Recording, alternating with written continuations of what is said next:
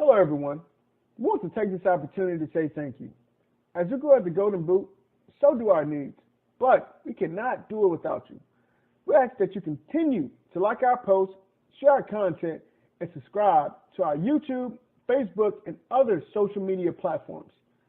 You may also visit thegoldenboot.com for the latest merch.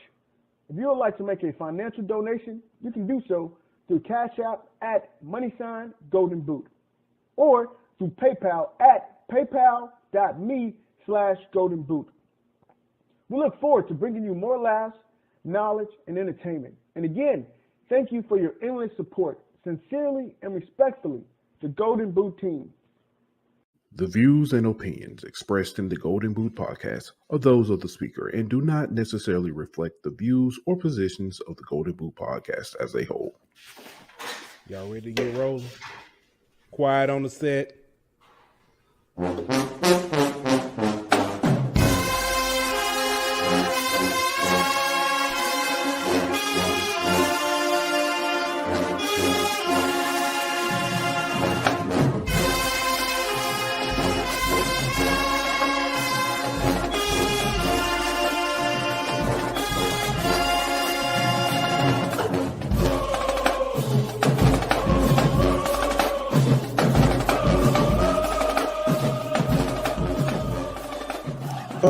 Degrees.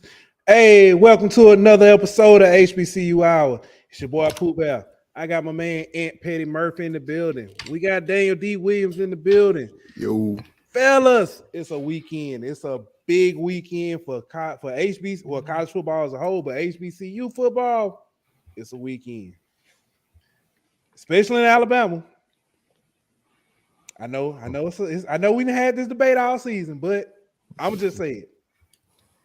The Magic City is here. Yeah, we got to say the best for last, though. I heard that Turkey Day? Turkey Day? Nah. The Bayou Classic is of course. It's after that, All right. Hey, we got Miss Aaliyah. I'm early. What's up, fam? Hey, Miss Aaliyah. We'll talk about that a little bit tomorrow. We actually talked about that early on a different show. I should have told you to tune into that show, baby. That's daddy fault. My bad. Yeah, but we'll talk about that a little bit tomorrow too. Chuck Hunt checking in from Monroe. What's up, bro? What's good, Chuck? Thank y'all for tuning in. Fellas, we got a special guest, and I don't want to keep him waiting long. Keep him in the back. From Down South Football Podcast. We had everybody else on. I guess we, like what you say, Aunt, say the best for last. So I guess we say the best for last. We got our man David Gardner from Down South Football Podcast. Welcome to HBCU Hour. Dave, what's good? Man, what's going on, man? Hold on, Dave. I don't even want to do you wrong. I don't want to do you wrong. Let's go. Go ahead. Hey, man, it feels so good to be welcome. Those other guys I be with, man, they don't appreciate the talent. You know what I mean? Appreciate the talent.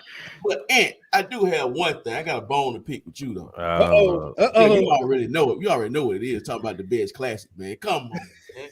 Come on. Yeah, brother. Yeah, brother. You know what it is. Oh man, I don't think you know, man. But hey, the intro fire too, man. I was if y'all didn't know, I was I marched the band Alabama A&M, man. So I was ready to strap up just then, man. So I love it. I'm ready to go. Dave, I'm gonna ask you because when I was in band in middle school, somebody asked me the question. So I'm asking you, did you beat or blow? I blew. Okay. I blew. The trumpet. I blew the trumpet. Okay. Yeah. I'll never forget that I was in middle school and I was with my dad, and my dad was telling someone, yeah, he's in the band now. And they was like, the dude said, you beat or blow? And I was so confused. My dad looked and said, I'll explain to you later. Yeah. I had to put the trumpet on the tail end. Yeah. I appreciate that part. Man. I'm all over that. All right. Normal guy. What's good, normal guy? Say, what's up, Dave? She said you look. That's Aunt daughter. She said you look like Daniel a little bit. I think it's just because you black and got glasses. Yeah, I think it's Probably, yeah. And she think Daniel bald, so I think that's part of it. Too. Yeah, I mean, a lot of people think Daniel bald. You see that, huh? They already started. He could be a cousin or something, you know. Yeah, you know, we all related. We all What's up, cousins. Roger? Yeah. I mean, we all just got off the boat at different times. You know what I'm saying? Right, exactly. But Pugh in South Carolina State. I'm telling y'all, that's a relevant. That might be, bro. That might be. What's up, Chris? Chris said, great job earlier. I appreciate it, Chris, man. Yeah, appreciate you. Yeah, so Yes, sir. but fellas, I guess we can jump into this a little early. Let's go ahead and look. Let's take a look back before we go forward. Alcorn completely dropped the ball. They have basically fallen into a slump. They lost to Texas Southern in their homecoming, Alcorn's homecoming, this past weekend. I'm trying to get the scores up here now. I mean, 34-27. Yeah, why are you looking it up? I mean, did they really drop the ball? You know what I'm saying? Because Texas Southern, they did beat Southern too. You know? Yeah, they did, but So, I mean, the reason why I said, they called Southern at the Southern played LSU though. So I think that was some of Southern was a little banged up and but Alcorn really win is a win, bro. 24-0. Yeah, I mean that's true, but at the same time, when you play somebody, it matters just as much as who you playing. And I think that catching them early in the season after a big you playing a big school like that, you're gonna have some guys banged up and nicked up and stuff like that. So I think that was part of it. But Alcorn just hasn't looked like what a lot of people thought that they would look like, coming into the season. And when I say they dropped the ball, going into the Southern game, it was a battle for that top spot in the West.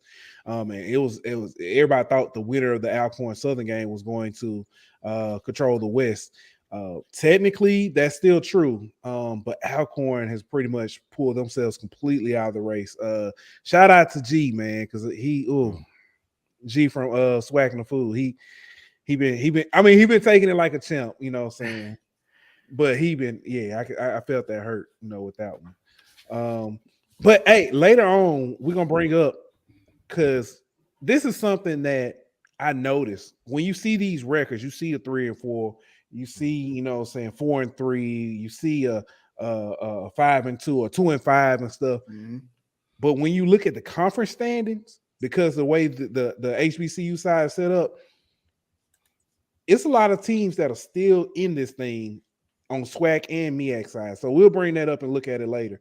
But the next game, Bethune-Cookman went to Mississippi Valley for Mississippi Valley's, I think it was their homecoming too. It was. And it was a fight on the field. Then it was a fight on the field. Yeah. So, but Bethune, this game was actually pretty close until the end as well. It was 45-35 Bethune-Cookman. But then there was a brawl that would happen afterwards. It was called a brawl. Actually, this one I think was pretty much a brawl. They say it was fans, coaches, players, and everything involved. And I was reading up on it. Someone had a video of it, but they didn't put it out like they did the Prairie View, and I'm pretty sure for good reason. But basically in this game, in this incident, last year said Mississippi Valley basically scored and went over and was like posing by the band, taking pictures or pretending like they were taking pictures. But Bethune-Cookman returned the favor, and some people didn't like that, and punches were thrown. And it's a drumline segment. Okay. Yeah. So it got ugly. So yeah. I hate that it that happened like that. But man, and I wish we can go deeper on why we get so upset about things like that whenever it comes to disrespect. I mean, come on, man. Really? Yeah. Just let it go. It ain't worth it. We can't let it go, man. It's something in us, man. We just won't let it go. Man. Now, some stuff it's like you're right, Daniel. You know what I'm saying? Some stuff for disrespect.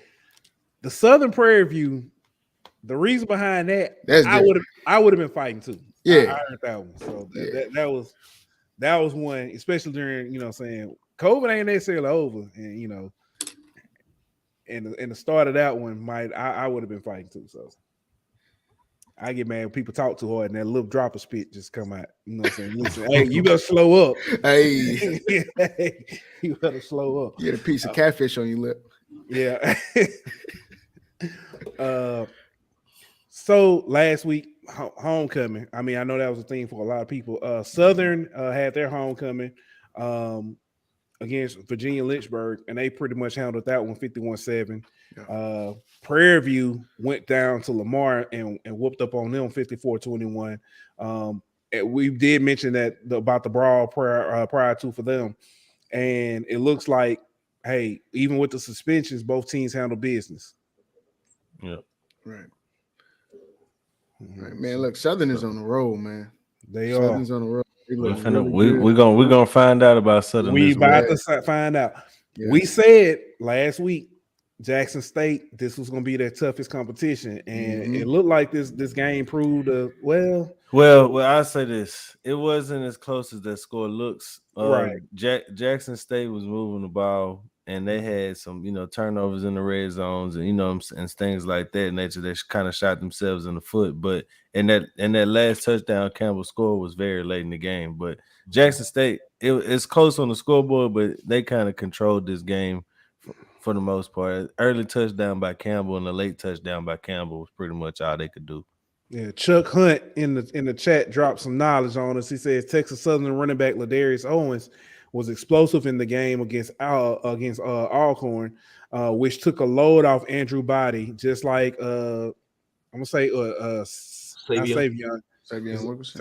Okay, Savion Wilkerson did at Jackson State, taking a load off Shador Sanders against Campbell. He don't have to take a load off Shador. Shador, a Heisman candidate. But anyway, but nah,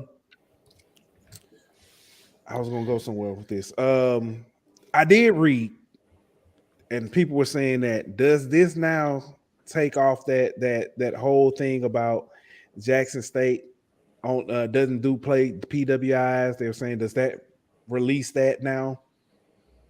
Because they were saying that now they've proven that they can play a PWI and by playing Campbell and beating them. So it's not just they beat up on the SWAC. They can, or other HBCUs, they can play PWIs. Well, they were what a score away from beating Bowden last year, right? ULM. Yeah, ULM. So I don't know about that one. I mean, they don't have a heavy PWI, out of conference schedule, but I mean, they was a score away. I mean, from really getting that game, and I believe this team is better than it was last year. So agreed. Yeah, I agree with that point. I mean, I don't. That was the article. I'm with you, but I don't necessarily think that they just beat up on HBCUs.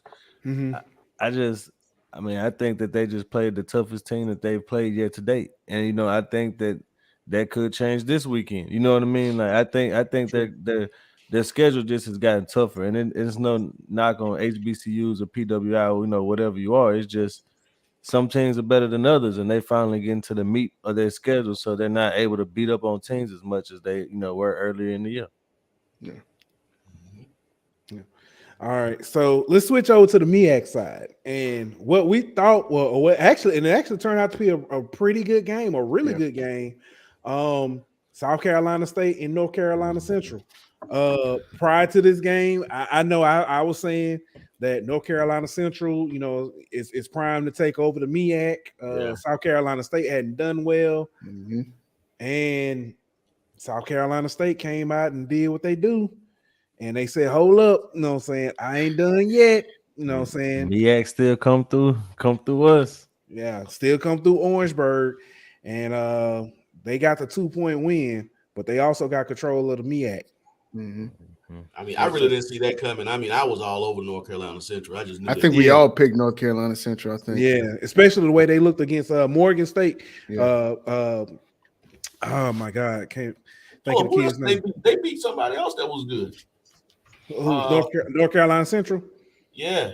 Oh, they beat several teams. Let me go ahead and pull up their schedule right here. That thing up. They beat A&T, North Carolina A&T beat Winston, which North Carolina A&T is leading the Big South right now. So they beat them, Winston-Salem, New Hampshire, Virginia Lynch, which that's nobody. Their only loss was a 30-point loss to Campbell. Well, they prior to, and then Morgan State, that was a big one. Yeah, that was the one they did. Where what's the kid, the quarterback, Richardson, Davies. Oh yeah, he went crazy with 6 touchdowns. Yeah, Richard, yeah. So, hold up. He back. Hey, I just want. I did. Yo, he ducked the last show. Real back. He switched Mississippi teams, huh? Yeah, he switched to the other Mississippi team. So Dave, that's my dad. Oh, okay. He came on the Ole Miss. You know, we were previewing Ole Miss LSU, and he said Ole Miss 42-28. And then we were like, what? But then he said Ole Miss 42, LSU 28. So what? And then so when we did our show Sunday, he wasn't on there, but he told me.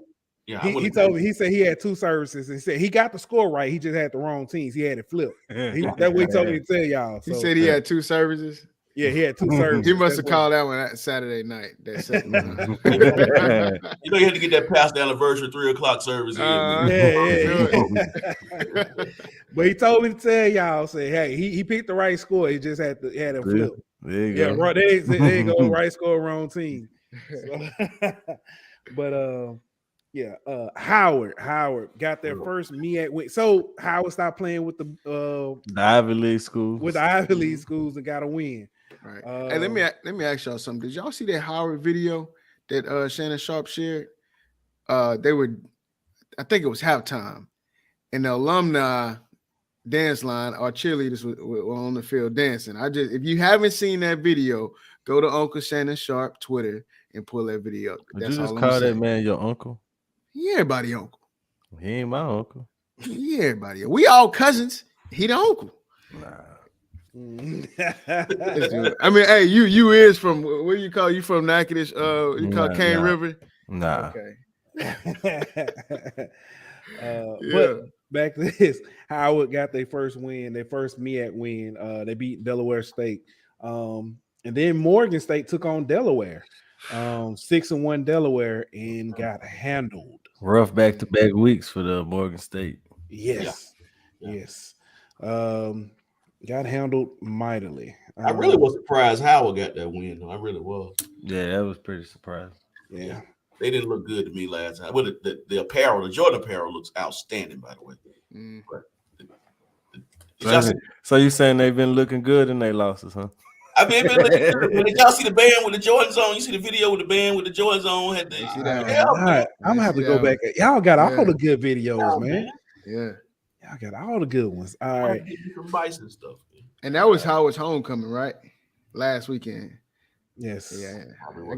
Hey, y'all, we gotta make that one next year, bro. Got to. You gotta make a few of them, man. I'm depending on who never mind. We're gonna find out. Well, You already know who Jackson State playing for homecoming. Yeah, Alabama A State. That's the rap. We might be in we might have to take a trip to Jackson. I might make a trip to Jackson this weekend, honestly. Bro. We're gonna get there. Richmond put a whooping on Hampton. Yeah, Hampton had trouble with that one, dog.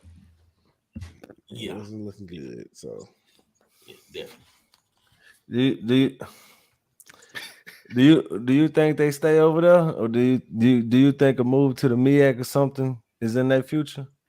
It need to be. Because the MEAC got what? It's about 8 teams now? Six. Yeah. I think they need to come on to the SWAC, man. This is gonna make an HBCU super comfortable, man. Be done.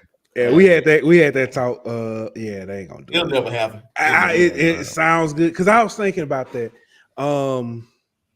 The MEAC is really is holding on by a thread. When Howard was threatening to go to the Big South and following behind North Carolina A&T, that would have ended the conference.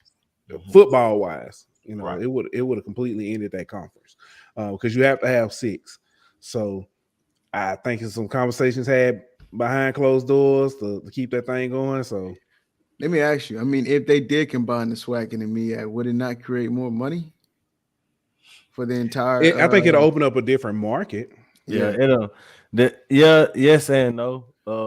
Yeah, you'll get more revenue, but you also have to spend more because you know you gotta look. Most of the traveling and stuff like that. You got to expand the travel. You know, you have teams going from Texas to the Carolinas, and you know what I mean, stuff like that for games. So it'll be a little more expensive, but I think, hold on, I gotta do the church lady thing. Hold on, I gotta go feed Dylan. 1 second. All right. But I think it. Hey, pause it. I think I think it'll be to a point where they can make more money, but they'll be spending more money. It's not going to be football. That's the problem. It's going to be the basketball where you got 2 conference games a week, volleyball, you know what I'm saying? Those kind of sports where you got to travel and you're doing it twice a week or 3 times a week or whatever the case may be. So I think that's where it gets a little expensive. Well, you know, I would be really curious to see those numbers because, you know, Fam and Bethune did that for years. Yeah. When you look at the logistics of where they're located, it's not. They're more centralized to SWAC than with the MEAC. So I would really be surprised I wouldn't say surprised. I'd really like to see what those numbers look like. I mean, I don't know. It just seems like to me it's just always some little hidden hostility between the MEAC and the SWAC. I don't know what it is. Yeah. And but I don't see that ever happening. But I mean, they only have 16. So what really are they going to do? I mean, you know, I don't know. Yeah, they at this point they got to start making some tough decisions. You know what I mean? It's do you disband? Do you bring in a PWI? Like what do you try to bring in Tennessee State? Like what do you had to start making some kind of tough decisions if you want to keep that conference alive. Because you're 3 big dogs left. Yeah. To me, it comes to the point to where, I mean, are you thinking about right now? Or are you thinking 5, 10 years, 20 years from now? You know what I'm saying? What our conference could be. You got to stay alive first, before you could think, 10 years down the line. Yeah. So, yeah, I think they need to grab Tennessee State and just come to the SWAC, make an HBCU Division I Super Conference, and make up your difference in money revenue through your TV stuff. So maybe it could work. I don't know. Yeah. Yeah, Chuck brings up a great point in the chat. He says the MEAC is going the way of the Southwest Conference, which it seems to be collapsing like what happened in the Southwest Conference. So, yeah. So, a lot of people jump ship trying to make more money. But then again, schools make decisions for different reasons. What fits them best, you know. I think North Carolina A&T's decision had more to do with trying to move on to like doing playoffs and stuff like that, versus just saying I'm gonna jump and make money and stuff like that. So, but we gonna eventually, I think we'll try to get talk with Dr. Cavill. He had some great insight on that. So, I'm not gonna try to, you know what I'm saying? I ain't gonna go there. But let's talk about this. One school that keeps rolling every week, looking good, dominating, Benedict. Yeah. I was looking at Benedict's schedule earlier. When I was coming, well, the other day, I think it was yesterday when I was looking at these topics and stuff. I think Benedict is only giving up. I think the most points they've given up was like 24, and that was one team got 24, another team got 14. Nobody scored over 10 the rest of the season. Mm-hmm. That's crazy. It's crazy. Yeah, I mean, they balling. They've given up 56 points on the season. Right. 8 games. And Albany's giving up 54 points. So both of them defense is just crazy. Yeah, here it is. 58-14, 14-9, 24-6, 40-14, 45-13, 20-3, 24-20, 35-0. Yeah. Very, very impressive. Yeah, they're legit. Yeah, 4-0 or 5-0 in the conference, 8-0 overall. Now I don't know who's more impressive though, Benedict or Virginia Union. I'm gonna go Benedict. Yeah, if you hadn't seen Virginia Union, they also they offenses. They probably got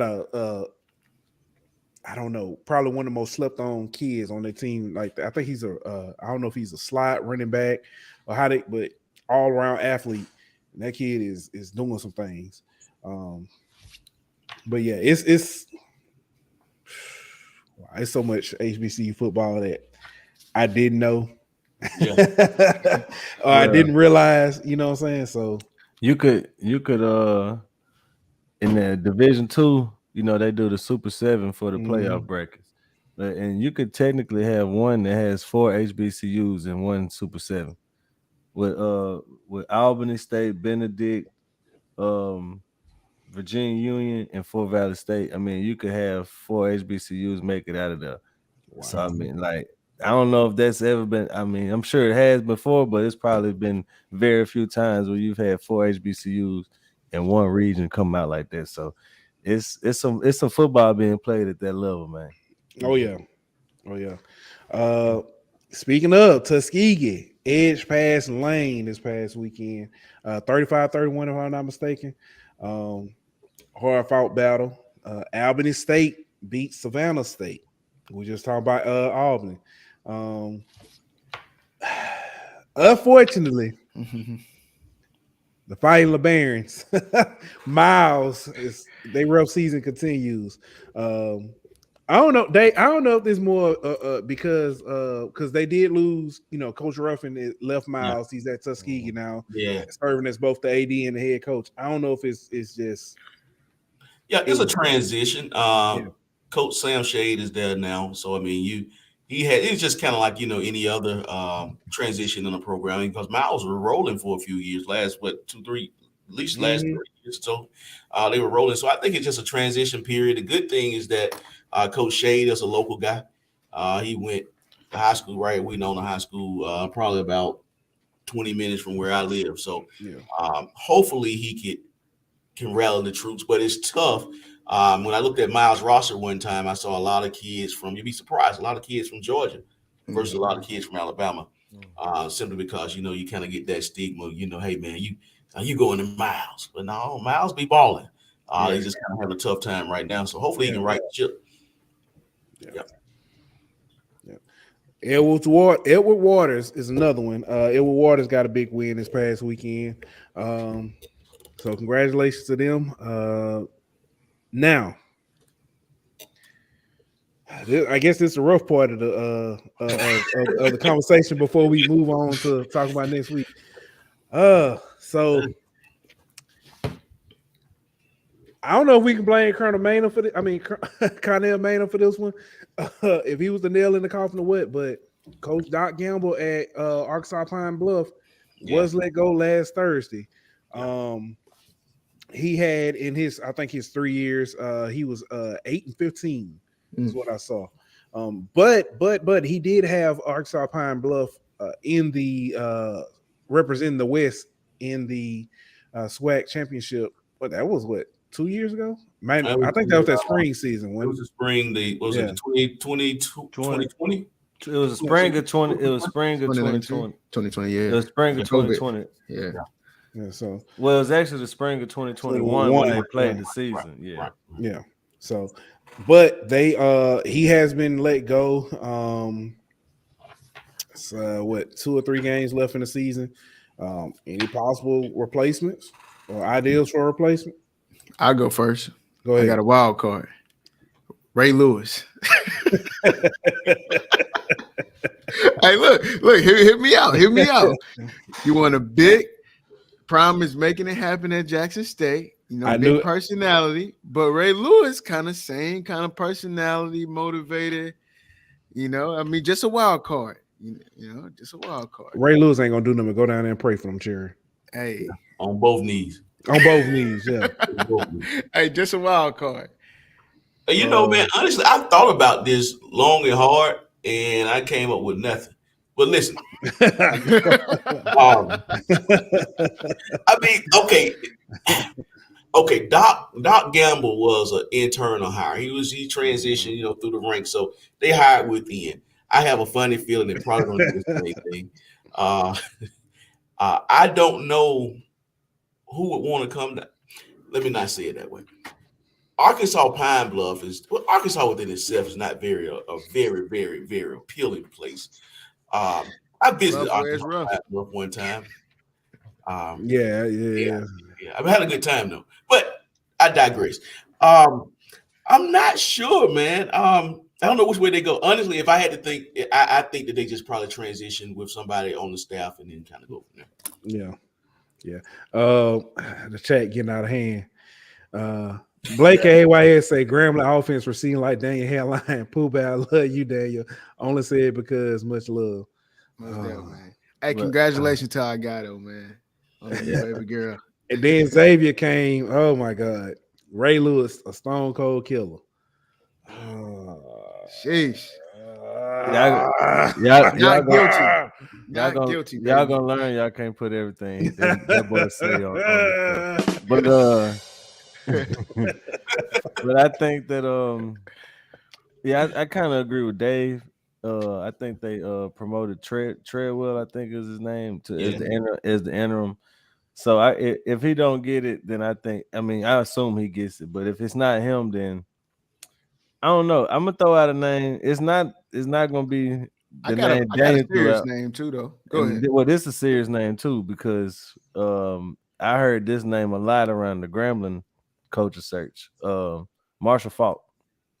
Okay. I heard his name around a Southern coaching search. Yeah, I didn't hear him around a Grambling. Yeah. So but there's another name I throw out there too, and it's kind of along the lines of what Grambling did, but they went with Hugh Jackson. What about Mike Singletary? Don't do it. You won't have a dang on team, but the team will be he won't make it through spring practice.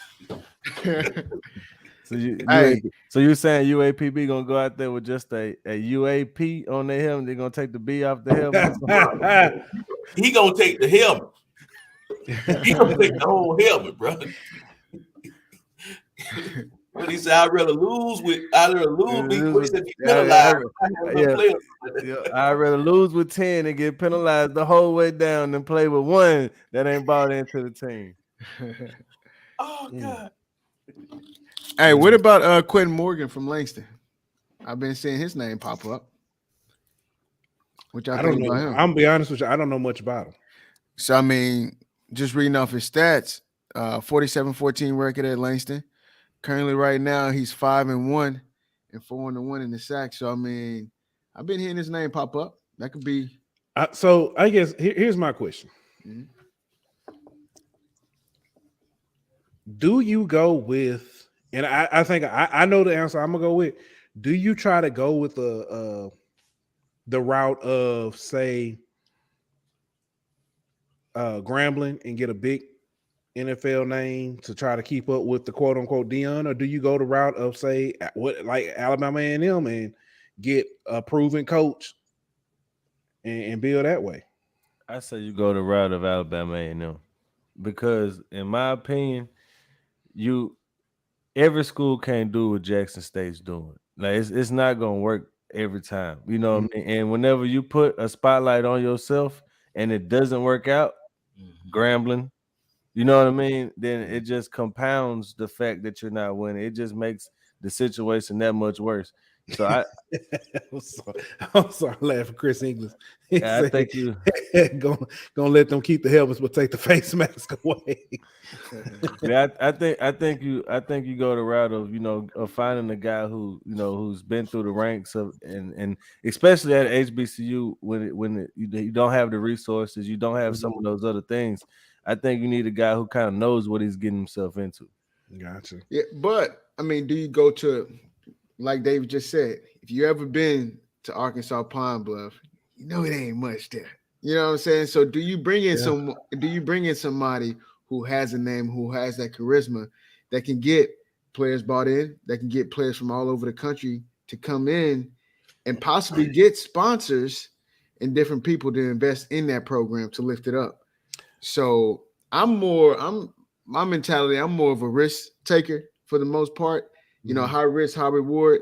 And kind of like what you said, and I do get your point to where if you bring in an unknown guy as far as when it comes to coaching, high risk, but damn, I mean, his floor is pretty small too. So, but Deion was able to bring his sons and help facilitate the rebuild because he had ties to high school kids. He had ties to elite level players as soon as he took the job. So his rebuild, so to speak, was well, far further ahead because he brought in the quarterback. He brought in a SEC transfer cornerback. That was his son. You know what I mean? So not like if you hire, let's say you like Ray Lewis. Does Ray Lewis have the ties to high school right now to be able to immediately get guys who can change the team the following year? Because if not, and you're in a Hugh Jackson situation, how many people are going to want to throw money into a program that doesn't have the success? Well, let me ask you a question. Just because you're Ray Lewis, maybe Ray Lewis does have sons, but I think his sons are kind of like NFL age or something like that. I think they're way past that. But do you have the ties? Which we know Ray Lewis does have the connections and the ties to people who could possibly, just like Prime had ties to guys that coach in the NFL, that coach at many other different levels that were successful. I think Ray Lewis also has those connections. So it's not all the time about, I think, it's about who you know. So I think Ray Lewis does. I'm not down here as connections, especially with the NFL. But Prime was a high school coach before he took that's true. I mean, he had his own school. He had high school connections, and he had connections with players that he was coaching against, and so he was a little more prepared for a college coaching gig than most former players would ever be. Yeah. Also, I want to throw this out there. Let's not forget, and let's not pretend like Jackson State didn't already have, although they were suffering as far as record on the field, Jackson State still led the FCS in attendance. Yep. So they had a fan base that was prime, no pun intended, that was prime for, having just something big, pop up there. So it's not, I don't think that, I think, I'm not going to say lightning in the bottle. What Deion is doing is special, but he also fell into a situation that was perfect for him to do what he's doing. So I don't think for instance, let's flip it. If Deion goes to Arkansas Pine Bluff, he can have success. He can do great things. It doesn't happen as fast. Whew. Yeah. I agree, man. You know what? This whole thing just makes me, because I'm thinking like down the road. Okay, you get that immediate impact of a coach, but what is it going to look like? And I'm not trying to change the conversation, but what does it look like after that guy leaves? Right. You know what I mean? Like, okay, do you go and get you a steady guy, a hard-nosed coach, a good coach, a solid guy that's going to be there?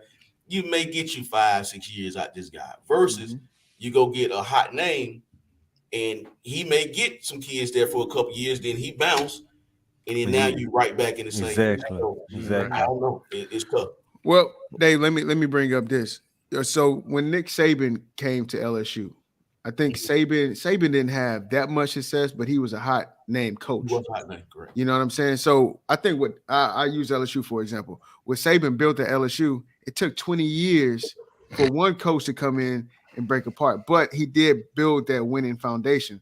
So I think if you get a coach like that knows how to build a program, if you get the greatest college coach ever, then you know what I mean. He can build something that lasts. Yeah, but at the same time, you're talking about a guy. I get it, but you're talking about a guy who can come in and build a program. Can you come in and build? How many people have been hired that build something that lasts for 20 years? Bro? Hold on. You ain't got to go that. You got to think about the difference is you talking about somewhere that has facilities and resources that could sustain that. If Deion leaves, and let's just say Daniel, you're promoted to head coach at Jackson State, you don't still have those connections, and people may not keep those same sponsorships with Jackson State because you're not Deion. You can still go undefeated, and people will keep up, but ESPN may not be trying to vie to have you on game day because you're not Deion. your story is going to be good, and the HBCU world is going to love you, but people aren't going to be jumping because you're Dion. And it's the city is not going to be talking about building a new stadium to keep Daniel. They'll build a new stadium to keep Dion. But and it's nothing against whoever the next coach or any other coach. It's just the fact of who he is. He kind of demands that. He's a superstar. And especially when the resources aren't as plentiful at these, at some of these, at our HBCUs, they aren't as plentiful. So a lot of times people are more willing to do it because their return on investment, because they get the celebrity of Dion attached to them versus just getting the 10 wins out of Coach Daniel. You know what I'm saying? Yeah. And you used the perfect word when you said celebrity. That's the difference. Dion is a celebrity. He is to black people what I put him in the same realm as a Michael Vick, a Allen Iverson. He was a brand. You know what I mean? Like everybody wanted to grow up and be Prime or be like Prime, even down to the face mask he wore. I mean, that's still like the greatest face mask ever. So that, man, it's tough. I don't even know. I'm kind of with Ant now. I think they'll get you because you can't duplicate. I mean, that's what I'm saying. You're not gonna be. It's a perfect storm. When he came in, he came in during the COVID year. So his first season was the spring of 2021, where he didn't have a great year. It didn't. You know what I mean? No. But it didn't matter because nobody was paying attention to it because they were playing in the spring. You know what I mean? And so by the time guess what? I'm sorry. And guess what? The SWAC championship was played at that year in Jackson, Mississippi. Exactly. Mm-hmm. You know what I mean? So he got a chance to get all the kinks out, you know what I mean, before his first true season. And the next, whoever you hire UAPB is not going to get that benefit. Secondly, like Pooh Bear said, they always 30,000 at every game pretty much before he even got there. So attendance and buy-in from the fan base was never a problem. He just brought in the big money. Yeah, he brought in the big corporation. Exactly. So whoever is at UAPB is going to have to not only do that, but they're going to have to get the community and the alumni and everybody else bought in, because right now they're not. And so it's not the same job that Prime had to do. Chuck, you old. Hey, Chuck said, I watched Dion play at Florida State on television in the 80s. You old. But no, I was just playing. But honestly, and I think that not only what Prime has done, but what nobody's talking about is the athletic director at Jackson State for giving him the free reign to do what Prime wants to do. You know what I mean? So you gotta look at it. Who at UAPB is their athletic? If they do hire Ray Lewis, for say, is he gonna let Ray Lewis do what Ray Lewis wants to do? Is he gonna be like Jackson State's AD and be hands off and let the coach have full reign of their program? So there's a lot of factors that come into play that I don't think is just as easy as go find you another Dion. Oh yeah, no, not saying it's easy at all. It's gonna be tough, especially at a place like Pine Bluff. So yeah. This makes me think about a conversation. BJ Jones, we had him on last week. When I was listening to their space, they brought one of the I told y'all about the conversation they had about moving FCS to FBS as far as like different teams and stuff.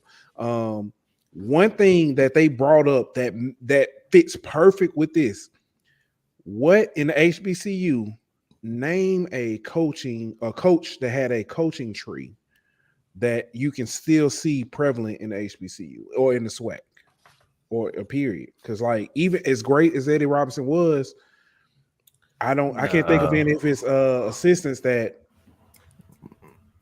Mumford might have had one with. But see, that's the thing. You're going to think of maybe one or two coaches. Pete didn't coach on. And somebody brought this up, and I didn't know this. Billy Napier played coach. He was a grad assistant under. Was it Sam Washington or Buddy Pugh? I think it might have been Buddy Pugh, South Carolina State. He was a grad assistant under him, but he was a grad assistant, and he didn't really get his coaching feet under him until he got with Saban. And so that's a stretch, and that's kind of I guess that's a conversation for another day.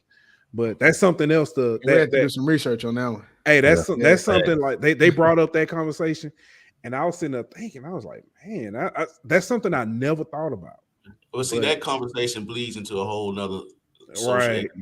That is true. That's a great point. Hey, but before we switch topics, let me just throw this out real quick. Look at Tennessee State. Daniel. Yeah, I was thinking that. Perfect. They made the splash hire with Eddie George. You know what I mean? And how has that worked out for them? They playing a little better, but it ain't. Yeah. It does take time. But that's my thing. It's not a knock on Eddie, but you know, when you're in a situation like that, having a guy who's been there before, who's actually been through a rebuild, who's been in the trenches and knows what it takes, sometimes is more beneficial, or usually is more beneficial than just having that name. You know what I mean? And especially whenever you're not getting the publicity that Deion is getting, and you're actually having to get it out the mud, so to speak. It's a lot better whenever you had a guy who you know has done that before. Yeah. And Deion is getting that in Jackson State. Can you imagine him in Nashville, Tennessee? Exactly. Yeah. That would be scary. Yeah. But I would say this though. What Deion did that Eddie George did it to a certain extent, but he hasn't rebuilt it after Hugh Jackson left. Is getting surrounding himself with guys who have been in them trenches before and who knows what it takes to get it out the mud. So it lightens his load a lot. True. Very good point. Very good point. Dave, your neck of the woods. Alabama A&M wide receiver Brian Jenkins Jr. has entered the transfer portal. Man, that's huge because man, he's made some plays for us over the years, bro. I mean, like the championship run year. I mean, the years where Quill Glass was kind of going crazy. I mean, he's matter of fact, when he announced that, I mean, it's in all the Bulldog alumni chats. I mean, everybody giving him props because he will forever be known as a Bulldog, no matter what. I mean, he was that one guy that would bring that charisma to he always finds the camera, or the camera always find him one or two. But I look at and to be honest with you, I don't know this for sure. I'm just kind of going on a whim. This may not be the last one you see because this offense has transitioned. Yeah, you go from an Aqeel Glass now to Xavier Langford, which is a local kid here from Birmingham with Pelham, not far from here. Then you got Quincy Casey, which was I think he was at Jackson State and transferred from there into Alabama A&M. Neither one of the two right now are really just a dominant QB. So if you're a wide receiver, I mean, this thing is flipped upside down because now you got Eglin out of the transfer from Michigan State, and he's down here toting. I mean, he's ran for over 100 yards the last 3 games, and I don't see it stopping. So, I mean, I think he did good. I think he did right. Go ahead and transition out, take your grad transfer years, and find you somewhere to play, man. So, let me ask you this, because we talked about Quarles. Yes, we talked about him. Yes. And somebody mentioned that he jumped in the portal, or they thought he jumped in the portal. I have not seen him or heard anything about that, but especially when a kid, so with Aqeel leaving, it was thought that maybe A&M, which they kind of would switch more to a run first offense. That he would maybe, fit that and be able to make a name for himself, but that hadn't happened. Yeah. Gary Quarles, man, very good kid, great kid. I had a chance to meet him and talk to him at SWAT meeting. Yeah. I talked to him again at the spring game. I went up there, and at the spring game, he wasn't dressed out. He wasn't dressed out, and it wasn't. He was just, it's just one of those things where I think at that point in the season they were still, battling for depth chart position, and so I just took it as, there's no need for him to dress out. He's the number one guy. I heard like he maybe had got nicked up a little bit, but he told me he was fine. Now I will say this about Quarles. Quarles is a really small back. He may be 5'7", maybe. He's a smaller guy. This guy, the guys they got running the ball now, I mean, you talking 5'11", 6 feet, 200. So it's a totally different look. And Quarles he's not that in between the tackles. Now he can get in there and make some plays and get out of there, but he was more of a, outside, catching the ball, doing some different things. And this offense just probably is not fitting him right now. And I hadn't heard about the transfer portal, but I will say this, I have not seen him. I've been looking for him and I hadn't seen him. So yeah. Hey, I asked him about I changed it up on him. I tricked him up, Dave. Said, hey, I want to ask you a question. Oh, Gary, I said, I want to ask you a question. I said, who got the best hot wings in Huntsville? Hey, he went about 5-10 minutes to talk about because he was so used to answering all the football questions. He was just happy to get that, Right. But like you said, great kid and stuff. I hate I hadn't seen him, man, because I was looking forward him and Ibrahim. Yeah, Ibrahim. That's what I was going to ask you about him. I'm assuming that he's been hurt a little bit. He has been hurt a little bit. He's been hurt a lot, actually. Actually, that was the other guy I saw that didn't play. He was actually in the spring. He actually had a boot on. He didn't play the UAB game. Remember, he didn't. I don't think he came. Yeah, I know. A couple games after that. Yeah. All right. Yes.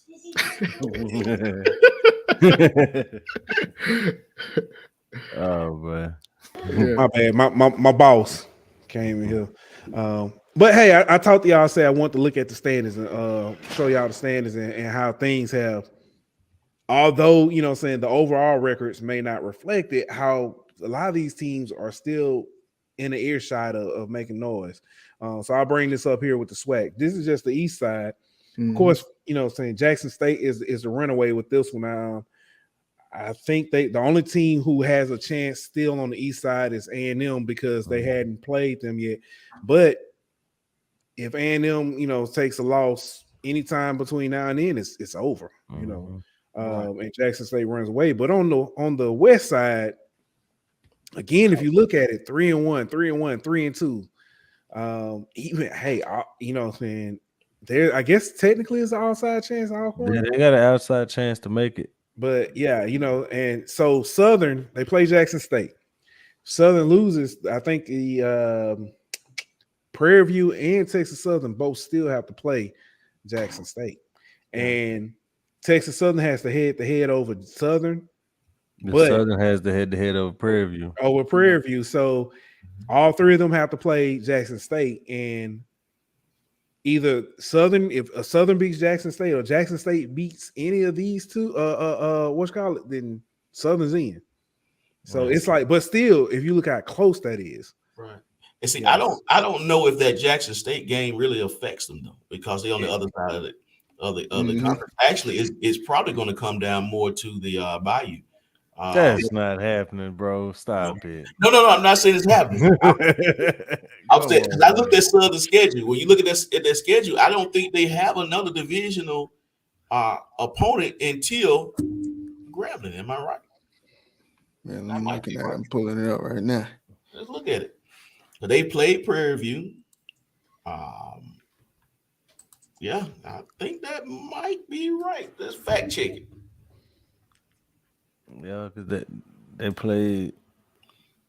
They played UAPB. Yeah. They beat them early in the season. They beat them 59-3. Yeah, he's right. Yeah, they got FAMU, they got Mississippi Valley, then Grambling State. Yeah. Right. So it's gonna come down to y'all boys, your homeboy Hugh.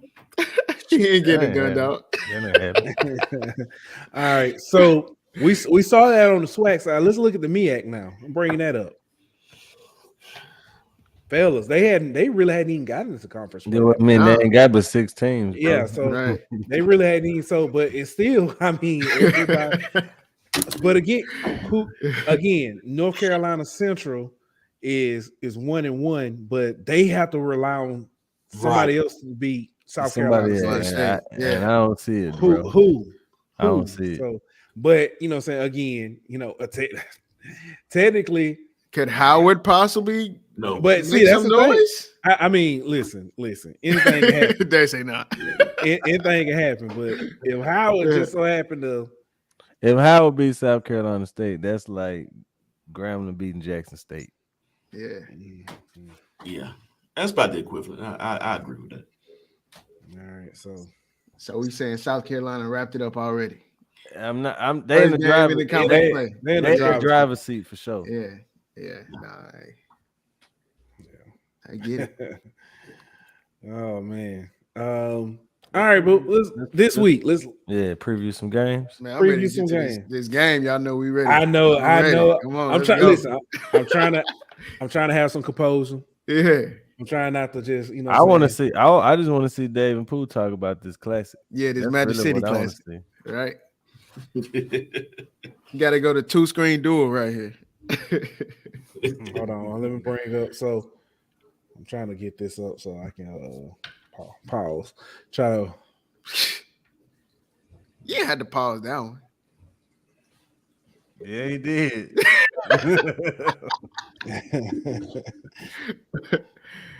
Yeah. Trying to make sure I got both schedules up, the MEAC and the SWAC. All right, so here we go. Alcorn Grambling is one. I'm not listen. Jackson State Southern. I'm not touching that one yet. Yeah, we're not going to touch that one yet. Alcorn and Grambling. I don't even do it. Alcorn, man, come on, bro. Grambling with the upset. Come on. No, I'm joking. Alcorn. And y'all saying Alcorn, but bro, I don't know really. Both, but I mean, so realistically, you know what I'm saying? Alcorn is in a stretch of losses right now. Man, but so is Grambling. Yeah, I know. This Grambling don't look good at all. This is a bounce back game. This is Grambling's second home? No, third. It's their second home game. Second home game. I got one more, huh? Yeah. I think Grambling can get up, man. I think they can get up and get this one, man. They're gonna have to. The freshman quarterback Calvin, he's looked pretty good with his legs, but you don't see it. I just don't, bro. I don't see how they can put up enough. Aaron Allen for Alcorn been playing a lot better at quarterback, and if that running game get going, if that big back from Alcorn get going, it's gonna be a long game, I think, for Grambling. Yeah. Alcorn to get it. I think Alcorn. Yeah. Shout out to Cuz Trey. He say Braves get the dub. I do think Graham comes out, on fire because they had the bye week last week and all that, but I just don't know if they got enough firepower. Yeah, true. All right. UAPB and FAMU. FAMU has not lost the game since they played Jackson State. It ain't finna happen now. Not the UAPB who just let go of Coach, Doc Gamble. Listen, I love Skylar. Yeah. Skylar Perry, it's my boy. Met him at SWAT me today. Cool dude. Can't tie. Cool dude. Chill out, man. My boy like that. Hey, we were messing with him about that. You know what I'm saying? He was having trouble with it. Listen, but he came out there. Listen, he was sharp though. He was sharp. He came out with the first with the wood bow tie. Then he came out with a different tie. Then he came out with another tie. I mean, no tie. He couldn't pick. He came out there. Well, nobody's sharper than Andrew Body though. Nobody. That's true. But I have to say, FAMU. I think Musa gets it. What's called has been Isaiah Land's been kind of quiet this year too. Yeah, he has been. It seemed like I hate to say it. I think the way his season went played a big part with the situation. His big money game, he wasn't even able to play. And the second biggest game of the season was his first game back with Jackson State. So I mean, I think part of that is just the way his season went for him. All right, you got Bethune-Cookman and Prairie View. I think that's Prairie View all over. I mean, I don't. All day long. Is that even a question? Yeah. All right, then we can switch over to the MEAC side real quick. You got which ain't much. Man, they only got only 3 games. Every week, bro. Now, this one is actually not on here. But North Carolina A&T versus Campbell for the Big South lead.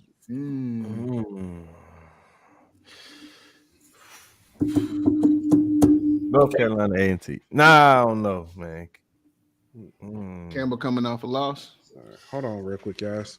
I think man, I was impressed with Campbell the way they was coached. They was real disciplined for the most part. Mike Mentor got it going on over there. I'm gonna go with Campbell, bro. I'm gonna go with Campbell. Yeah, I'd pick Campbell too. Yeah, I feel because I watched them last week. They look pretty sound. I mean, if you think about it, I mean they lost the game, but I mean they didn't get blasted. I mean, they were game. Yeah, it really was. They were making plays, you know. Yeah. Especially defensively, they made some plays. Yeah, they had a bend but don't break defense. Seemed like whenever they needed a big play from their defense, they came up with a interception, you know, a sack, you know, something at the right time every time. Yeah, I roll with them. All right. So who y'all say? We are with Campbell. Yeah. Go on here, be different. I might roll with A&T this time. Yeah, okay. I'm gonna roll with A&TC, just be a little different. All right. That don't work for me. It sure don't. It don't work for it. All right. North Carolina Central and Delaware State. I think North Carolina Central bounce back. I think Delaware State rolling right now, right? Yeah. I'm gonna go with North Carolina Central on the bounce back. Yeah.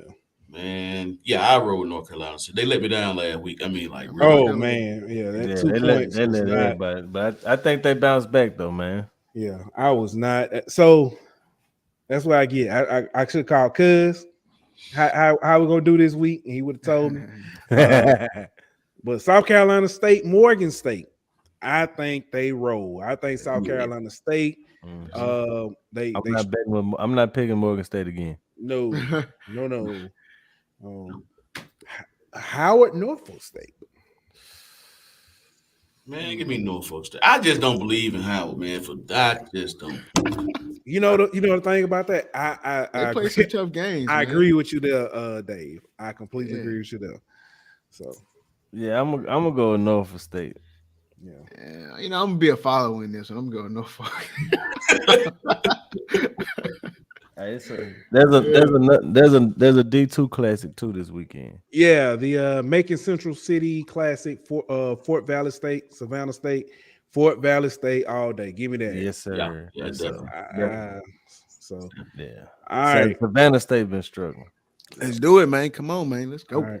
Now, for the one we've been thinking about, we thought this. We thought this was gonna be the big topic until ESPN kind of threw a wrench in that one. So, but hold up. Chuck say Howard is the great homecoming. Hey, I swear, Howard is like a different world homecoming. You know what I mean? Like that's what I've always imagined it to be like. Yeah. Right. Mm-hmm. All right. But here we go. Magic City Classic. I think this is like number 80 some annual or something like that. First of all, it's the 81st. 81st. Okay, there you go. Let's be correct now. Let's be correct, man. You know. I still remember my first Magic City Classic. Yep. Eye opening. It was I remember going to that parade and I was like, oh. Yeah. Oh. What school is this? I've never heard of this school. I've never seen this school before. But yeah. But they do have some events tomorrow. There's a day party.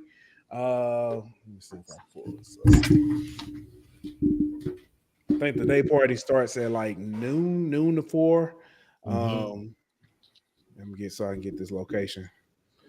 Everybody, I don't want to be too wrong. And you got your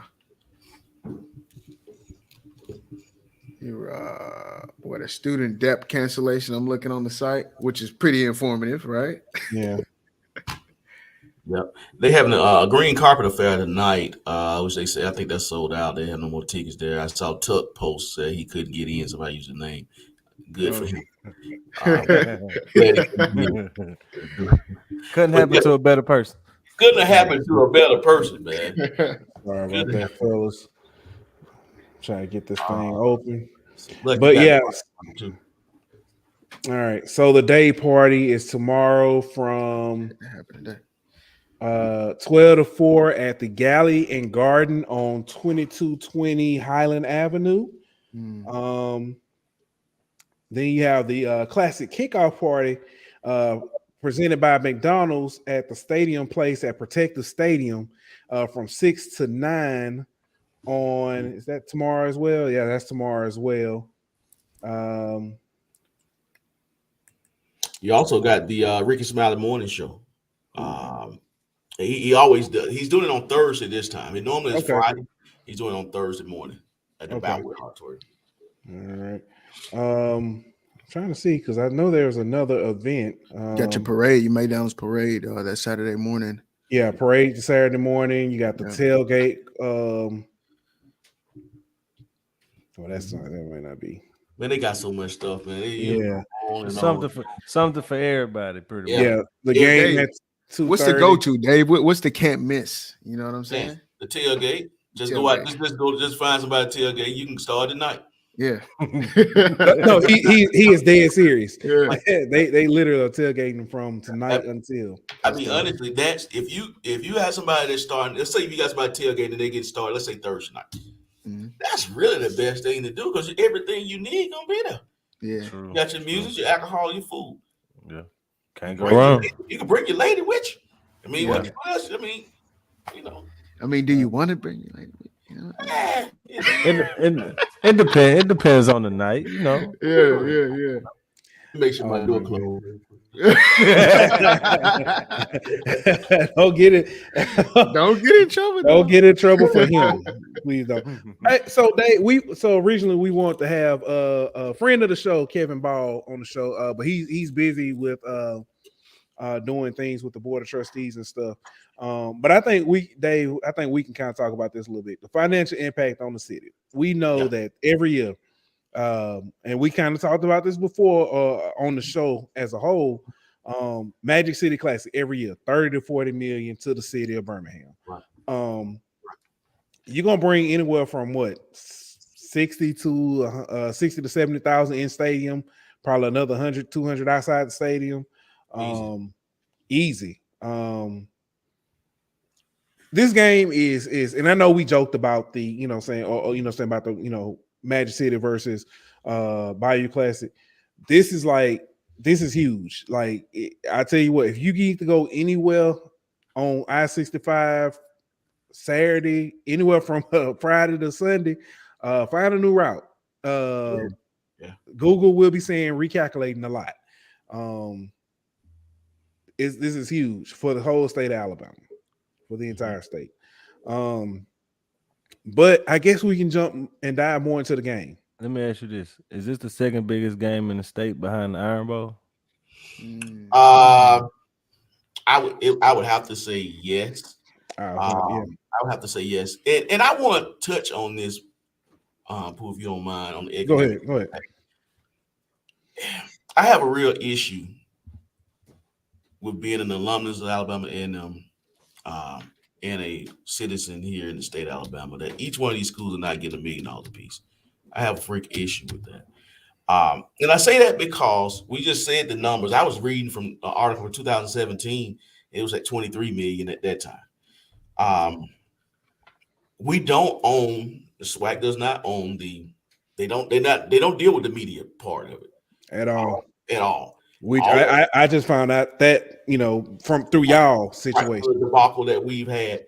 But, it's at what point in time, and I know right now this crowd is too heavy to handle it campus on campus, but like I said, this is the 81st Magic City Classic. Mm-hmm.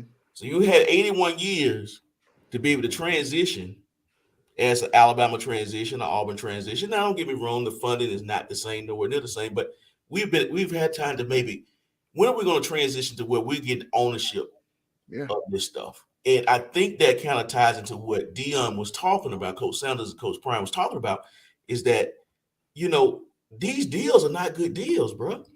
The schools are not even getting freaking parking. The city get the parking. You know what I mean? You're paying for tailgate spots, paying $200 a freaking parking spot. You know, so I'm passionate about it because I know that we've been cultured to kind of take, it's more money than we had before. Let's take it. But now the brand is different. The times are different, and it's time to transition, man. So that's where I'm at on it. Yeah, I like that. I couldn't. I mean, that's pretty much my bad, Pooh. But that's pretty much what you just said. You could take everything and apply it to the Bayou Classic, pretty much. You know what I mean? It's and I'm gonna tell y'all something, Dave. You might can back me up on this. So prior to probably late 2000s, the Iron Bowl was held at Legion Field as well. Yes. Y'all know the Iron Bowl is packed out. No, it's packed out.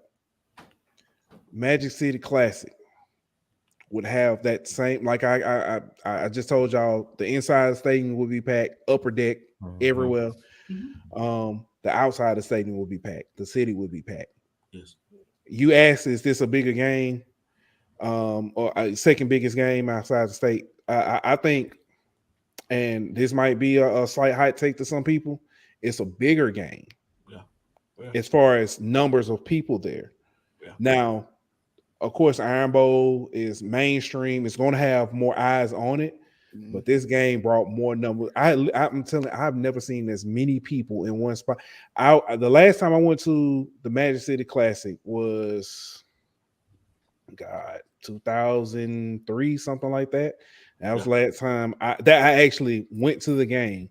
And when I went, it literally took us an hour to park and walk into the stadium. It's just because of how many people. Yeah, it's 5 to 10 times bigger than that now. Yeah, and you mentioned the Iron Bowl. Fun fact: anybody that knows Birmingham, and I don't know if anybody viewing knows about Birmingham, but I went to Parker High School, which is about 4 minutes from Legion Field. I grew up in that community. I actually parked at our family house and walked to the stadium. I used to park cars in the Iron Bowl. I parked cars. Also back then, Alabama used to play some regular season games at that same stadium. So I've watched it grow. And so to your point, when I answered that question, is it the second biggest game? I was maybe thinking more so ticket sales in the stadium, but talking about impact and influx into an area. Yeah, I know hands down. This is big. Yeah, definitely. All right. So I guess with that, we can transition more talking about the actual game now. A&M has picked up steam these last few games, going into the bye week, beating Grambling, beating UAPB, and y'all had one more for your homecoming. Who y'all play for homecoming? UAPB. Bethune. Yeah, Bethune. Going into there, Alabama State came out the gate hot. They let me see, pull up there. They beat Howard. They beat Miles. Had a money game at UCLA. Lost to Prairie View. Beat Texas Southern. Lost to Jackson State. Beat Mississippi Valley. Then had their bye week coming to this game. But to me, Alabama State has looked like a more complete team than A&M. A&M looked like they were still trying to find their identity out, post the Keel Glass, era. So I don't know. Dave, this is, you being a guest. What's your view? I do agree with most of what you said. First of all, Alabama State is freaking terrible. Let me just go ahead and say that now. But no, honestly though, man, they've been playing solid. Now, quarterback wise with them, they've been it's like a 2-quarterback system.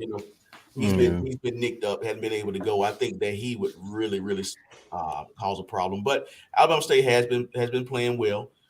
Defensively, they've been flying around making some plays. Honestly, they made plays against Jackson State. I mean, they They kept it, they kept it competitive, kept it close. Alabama A&M, on the other hand, we've been kind of all over the place. I mean, you don't know if it's going to be Quincy Casey. You don't know if it's going to be Xavier Langford.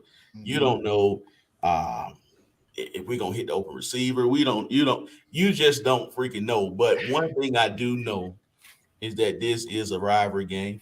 Mm-hmm.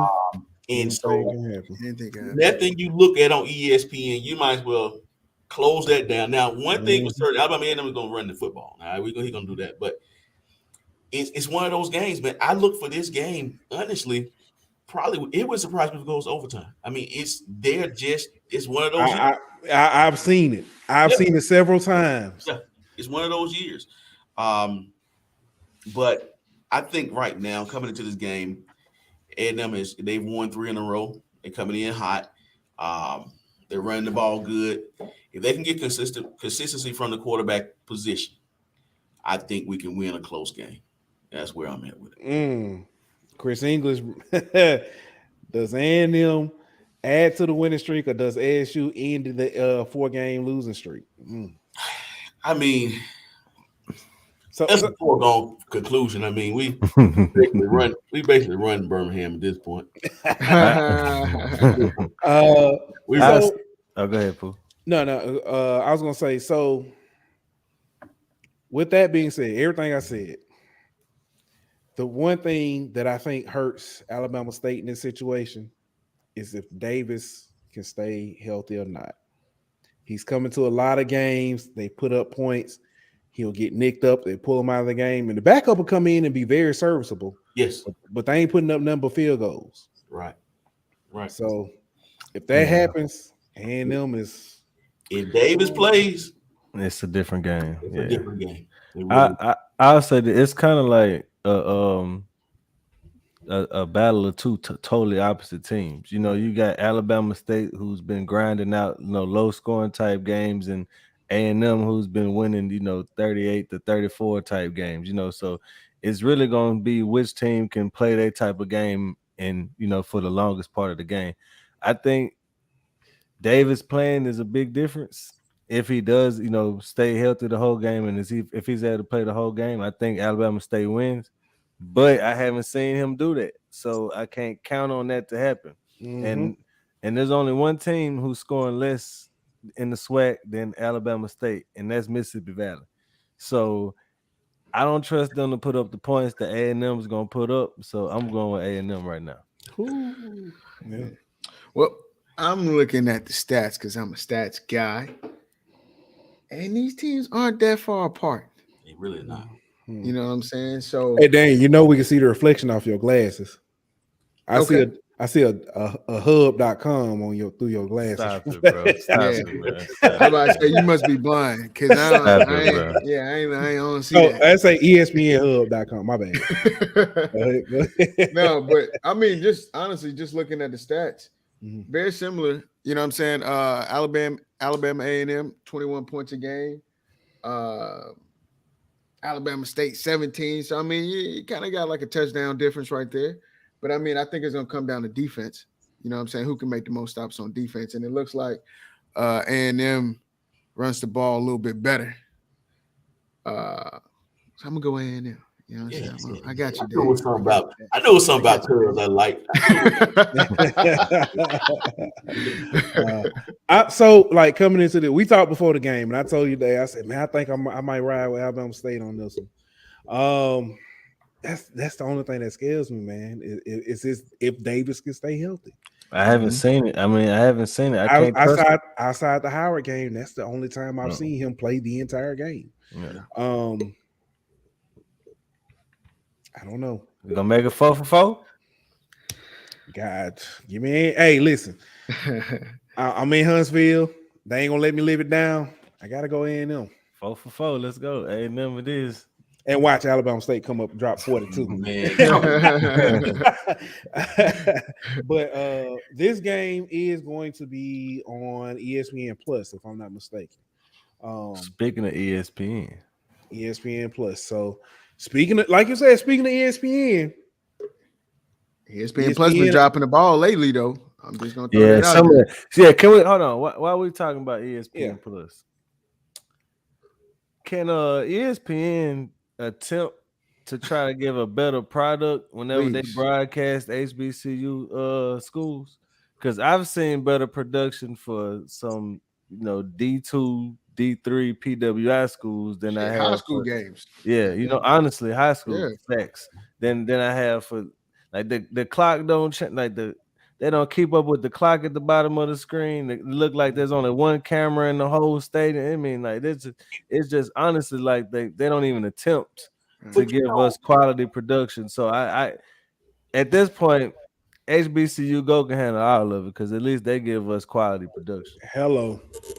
Yeah, I wonder, man, is that ESPN's? Are those their cameras, or are they just broadcasting from whatever camera? Because sometimes it looks terrible. Yeah. I mean, that's anytime ESPN does something, they bring their own, their own stuff. So, I mean, they gotta do a lot better than that, bro. That's pathetic. They got equipment shortage, man. And yeah, they might because they're showing 128 games a week on all their platforms. But my thing is the schools have to demand, what I mean? They had to demand, proper coverage and what I'm saying, a proper product that whenever they come to cover their school. So is that more based on the league? Nah, bro. That ESPN does that based off who they think is gonna be watching the game and stuff. Hey, say you mentioned HBCU Go. Somebody was talking in BJ Jones' space last night. This guy, he's a Florida State guy, has a podcast and stuff. Saying that he's been hearing rumors that Apple TV and Amazon Prime might be looking to do a deal. Hey, why not? I already got to get Amazon for NFL, so let them do it. That way I ain't got to go buy Apple TV too. I ain't buying Apple. Well, I guess I would. Apple TV got some good shows. They do. I find a way to get it. Yeah. I don't watch TV, so I'll find a way to get it. But ESPN College Game Day is coming to Jackson State. They already there. Mississippi. Well, yeah, it's there. Hey, why they hating so much, man? Why they hating? Who hating? That's all I've seen since they announced that they're going to be at Jackson State. Whether it has been PWI people that are upset, or it's been other HBCUs who are saying that this is not the first time ESPN has came to an HB. Well, I mean, so yeah, I would say this. Let them have a moment. I'll say this.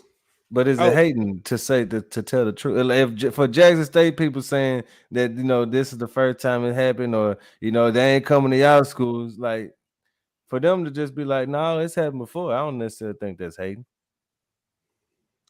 Now, this is hold on. I want to say this. It's how they type the message. This is the first time that ESPN has come to a SWAC game. Campus. I'm sorry. Yes, because they've been to the Bayou Classic before. Okay. They just weren't on campus. Gotcha. So this is the first time College Game Day has been a SWAC. College Game Day. Campus. On campus. On campus. Yeah, on campus. Because the College Game Day they've been to the Bayou Classic, and then they went to a MEAC SWAC challenge before, and they went to a FAMU game before. I believe. It was ESPN. It wasn't. But that wasn't me. But yeah, no. So they went to FAMU, but FAMU was in the MEAC at the time. Yeah. So that's the technicality. Yeah. But this is the first time they've been to a SWAC campus. But they have been to other SWAC games before. Let's not pretend like this isn't a big deal. Oh, that's definitely and that's why a lot of, and I know a lot of Daniel, what you say, the hate, a lot of it is picking, is the of course it's the banter. It's the banter with HBCUs and stuff. But this is a huge deal, period. Right.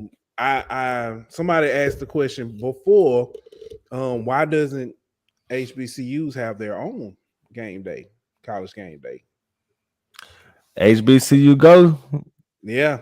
There you go, bro. Right there, man. That's the avenue, opportunity right there. That's the opportunity. You know what I'm saying? If they really, Byron Allen really want to put his money where his mouth is, that's your investment right there. I guarantee you start coming to these campuses, you start bringing people out more, it'll be big. Because can you imagine like on St. College game day. What I do want to see, and I know it'll be there just because of tradition.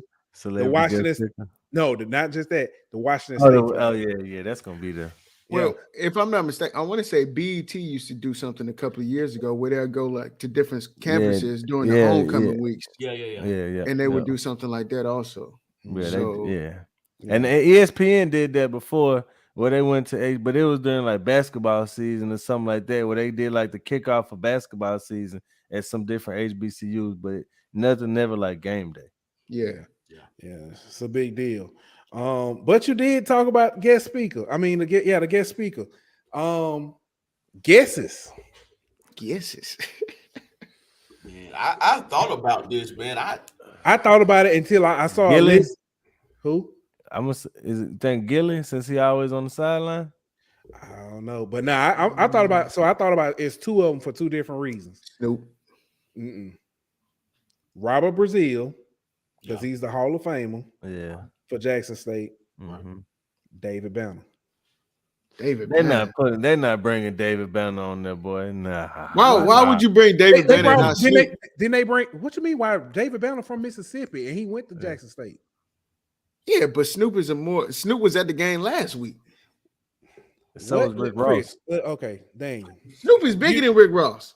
Dang, you do realize that most of the time these people they don't just bring a. Yes, I know they have ties to the institution. To the institution. Right. Yeah. So what's Snoop Dogg tied to the institution? Other than is Gilly tied to the institution? Gilly has been on the sideline for almost every game since Deion has been there. Gilly has a barstool deal now because of him being on the sidelines and with at Jackson State games and stuff like that. He's much more tied in. He's much more tied into the program than Snoop Dogg is.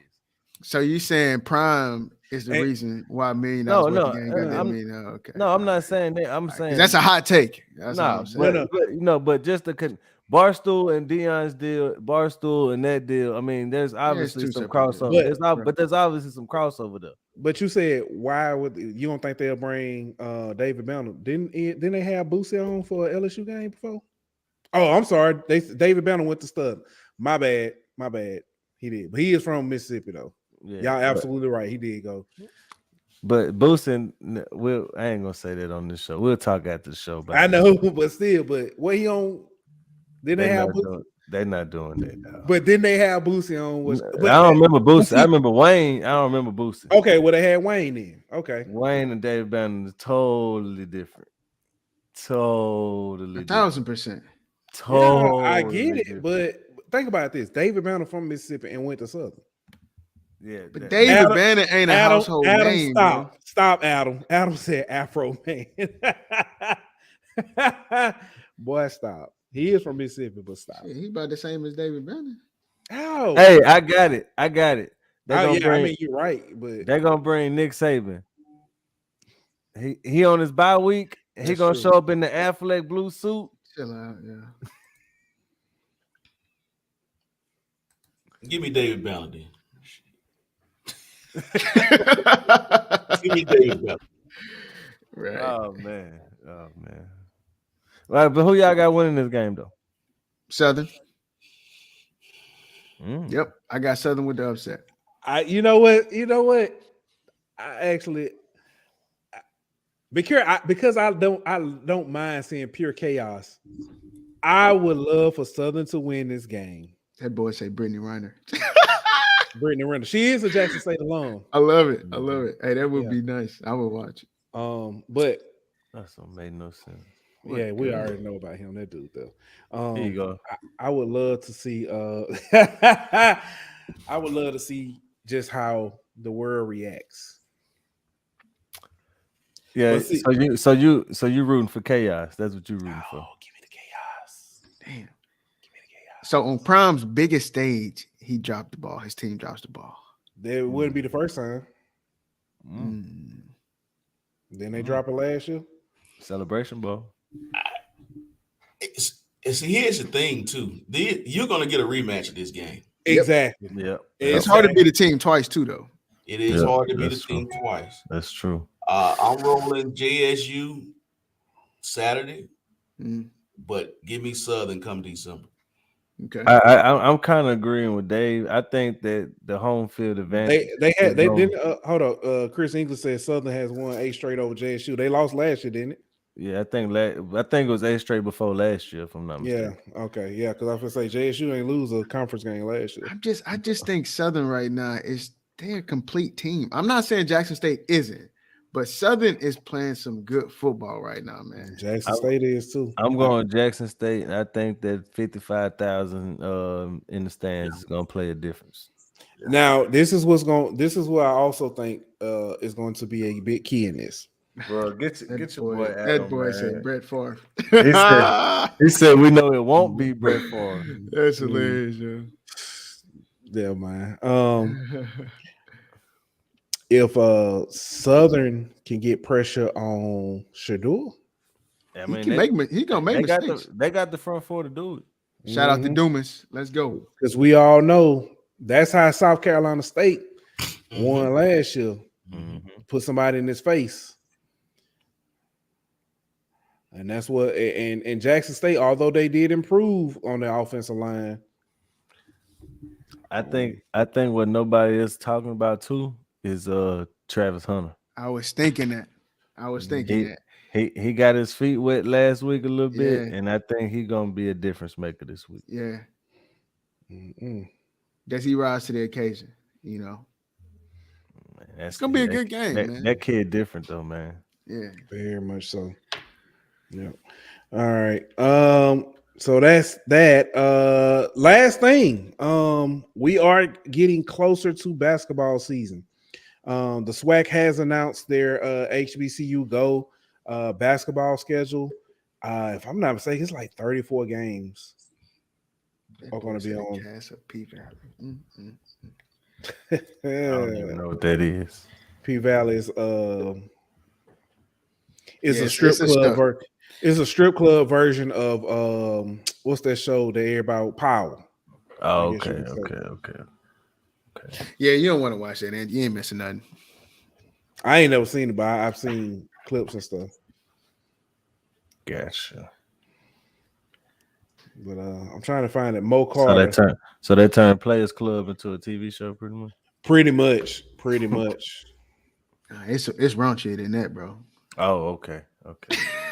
Players Club was straight. P Valley, I turned it off. I was like, nah, I'm straight. I'm straight. Oh, so I'm assuming you're using that word for a reason. Yeah. Okay. Yeah, I'm cool then. Yeah. Oh yeah, they did have a little bit of everything in there, from what I've been told. I'll stick to watching my sports. You need to watch that Game of Thrones, bro. That's what you need to watch. That. Dave, you watch Game of Thrones? Man, heck yeah, man. Let's go. Hey, you watch House of Dragons, the last you better know it. Yeah. Did you see the one yeah, y'all might really be brothers. Yeah. I watched it today. I watched the season finale today, dog. Did you? Yes. Yeah. Yes. All right. Here we go. So all right, so boom, starting at this is a lot of games. Nobody see that. You can't see that. That's blown up the. Oh shoot, that's the wrong thing.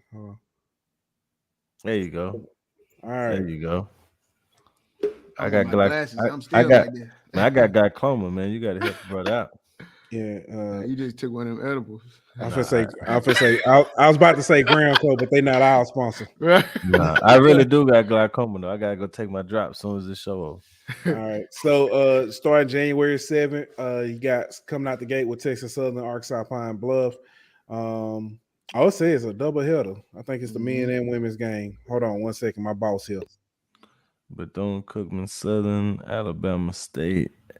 Alabama A&M, Jackson State, Texas Southern. Hey, Jackson State basketball coach. What's his? Mo Williams. Mo Williams. Okay. Yeah. Oh, Mo Williams was another name somebody said for the guest speaker. So I'm sorry. Oh, yeah, that's probably gonna be the one. Yep. Yeah, that's a good one.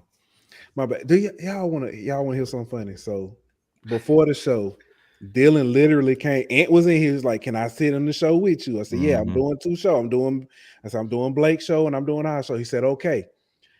He came in. Y'all heard when he came in the first time. He said, "Are you doing a podcast?" Like he didn't know. Like it was a surprise. He literally just came in here again and says to me, and I said, hold on. I said, what you need, man? He said, hey, Daddy, for Christmas. Really? Really?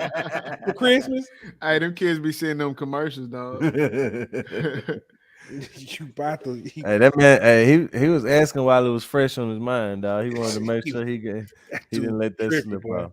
Yeah, but and it's recorded, so I mean, yeah. Like it didn't happen. Right. Yeah. Hey, shout out to my boy Vernon Weaver, bro. That boy funny. That's all I gotta say. You funny, dog. Oh my goodness! I just seen what he said. That boy. I'm not funny, even gonna dog. put that up there. Chuck said P. Vallis cast was at Jackson State Home. Yeah, they was. Okay. Everybody was at last. Yeah, they was. But anyway, back to this, the basketball schedule. As you can see, this is actually, double header. So you got games out the wazoo. You know what I'm saying? The men and women's game all the way from January 7th to March 4th. So yep.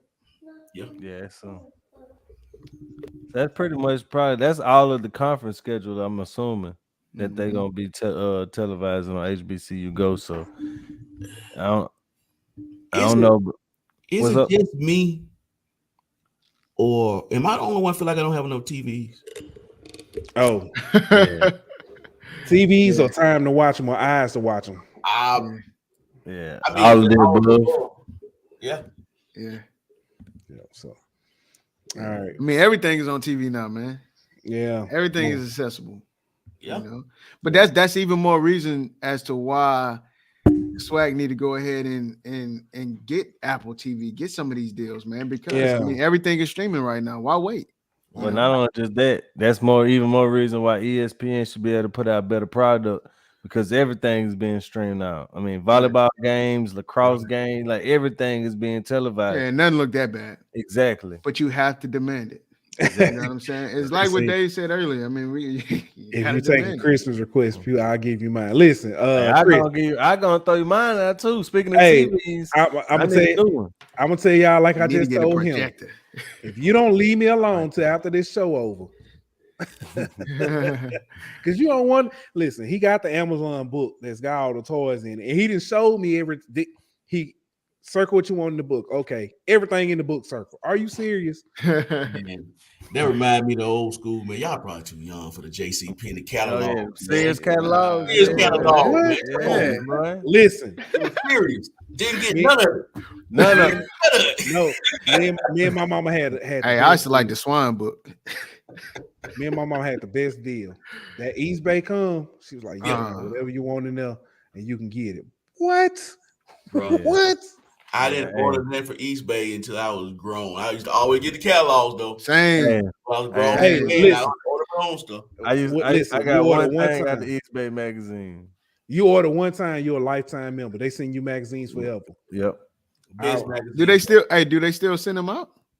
I don't know. No, I hadn't seen one in a while, but they ain't sent one. Yeah, I ain't seen one in about 10 years, so I don't know. Hey, what's the other one they used to send out? It wasn't East Bay, but it used to have all the stuff in it, and you can pay. It's like everything was on like a payment plan. You could buy. Started with an S, didn't it? Golly, I know. Yeah, everything was installments of four payments. Everything. Y'all remember the Swan magazines, bro? I don't remember Swan. Man, Swan, you could order the frozen food. Swan food. Oh yeah. Swan, okay. Yeah, man. Hey, they used to be my East Bay back in the day. I was a real fat boy. That boy was over there looking like, boy, look at them. Real say East Bay is online now. Yeah, they are. They are. Yeah, they are. What's the name of that thing? Service Hut. Yeah, that's it. Service Hut. I got a Service Hut like 2 months ago. I got one last year. I was like, whoa, they still make Service Hut? Yeah, I threw that away though. That's exactly what I did. I was like, what? This so nostalgic, Service Hut trash. But it's just good for the cover. Yeah, wow. Speaking of that, Rev, I'm finna have Dylan call you with his Christmas list. There you go. But hey, Dave, brother. I want to say thank you for coming on, man. Yes, sir. Appreciate it, cuz. Cuz though. Let's go. Truly did appreciate it. Remember, hey, I just want to say Jackson State, Alabama A&M might have you back. You know what I'm saying? That's gonna be another one to talk about. I mean, depends on how the Magic City Classic go. You know, I mean, if this go bad, I'll still come. We just gonna kick it. Hey, I'm put it to you like this: if this go bad for y'all, next time you come, I will automatically pick against y'all. You know what? That happens on our show. If all of us go on, it goes the opposite. Win. Yeah. Hold up, I do. They all picked against us with Florida, and then I think all y'all picked against us against Ole Miss, except for Renard. Yeah, pick against us next week. You did. Tuck and Ben being hard headed. Make sure Tuck and Ben pick Alabama next week. Then. Yeah, make sure. Hey Pooh, it's on camera. Yeah, I see. I know it's recorded. Yeah, it's recorded. 1 hour, 40 minutes, 50. Hey, send him a plate of food. You know he good for it. Yeah. Oh man. Appreciate you coming on though, Dave. But Dave, it's been real. Appreciate you, man. Yes, sir. But everybody, y'all know what time it is. Appreciate y'all for coming. And like that. Yeah. Hold on before I say that, but like that, we out. Who is swag? If ain't swag, who is swag? If ain't swag, who is swag? If I ain't swag, swag. Who is swag?